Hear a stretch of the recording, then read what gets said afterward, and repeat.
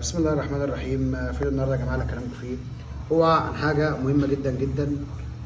حاجه ممكن تكون بسيطه لكن ممكن تضرنا وتضر البايك بتاعنا بالكامل، وممكن نخش فيه حاجات كتير جدا جدا بسبب اللي انا هحكي فيه دلوقتي او اللي احنا برضو شايفينه مع بعض في القناه.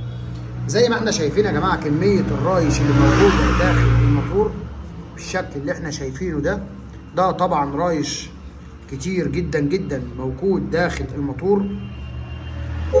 زي ما احنا شايفين كده الرايش بالشكل ده. طيب ده بيكون سببه ايه؟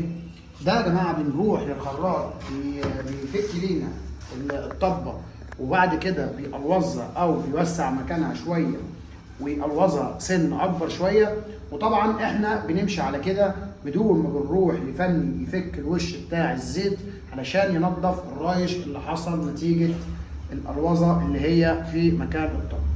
طبعا الرايش ده يؤدي لتلف اجزاء الموتور بالكامل ويخدم معانا المصفى اللي هي مضخه طرمبه الزيت. زي ما احنا شايفين الرايش اللي موجود عليها بالشكل اللي احنا شايفينه. الرايش يا جماعه كميه الرايش اللي موجوده في داخل الموتور كبيره جدا زي ما احنا شايفين كده بالظبط. طبعا ده زي ما قلت لان بيكون نتيجه القلوظه اللي بتكون موجوده في مكان طبة الزيت. في ناس كتير جدا بتجيلي تعمل شغل في البايك وبنفك بنلاقي الاجزاء اللي احنا شايفينها، الرايش اللي احنا شايفينه ده. طيب بعد كده انا او لو عملت الحركه دي بدون ما اروح لفني يفك لي الجزء ده، لازم اروح لفني يفك لي ويطلع لي الرايش ده من داخل الموتور.